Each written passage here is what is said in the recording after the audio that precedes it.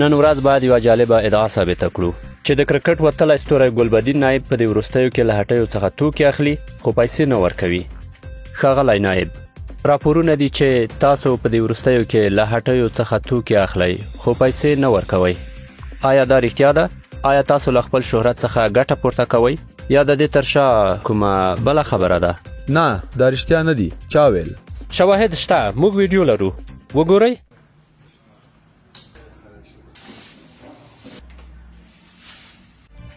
تاسو ولیدل؟ تاسو توکي واخیستل او لاړئ. تاسو نه نغدې پیسې ورکړې او نه مو کارت وکاروه.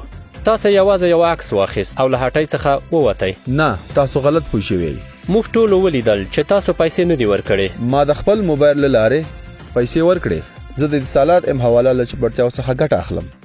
ما یوازې د پلورونکي پر میز کیو آر کوډ سکین کړ او پیسې مې سمدلاسه ادا کړې. ادا مو کړې په دومره ساده توګه؟ په ساده او اسانه توګه. د اتصالات ام حواله چوپړتیاو سره تاسو کولی شئ چې په څو ثانیو کې پیسې ادا کړئ. د نغدو پیسو وړلو یا کارت کارولو ته اړتیا نشته. تاسو کولی شئ د خپل موبایل څخه د برېښنا بل ادا کړئ، پیسې ترلاسه کړئ یا واستوئ. په زړه پورې بخښنه غواړو، موږ بل څه په ذهن کې درلودل. هیله کوم دا یو وخت ده چې په خپله هم له ام حواله چوپړتیاو څخه ګټه پورته کړئ. خامخا له همدې نن ورځې څخه د اتصالات ام حواله چوپړتیاو څخه ګټه اخیستل پیلوم.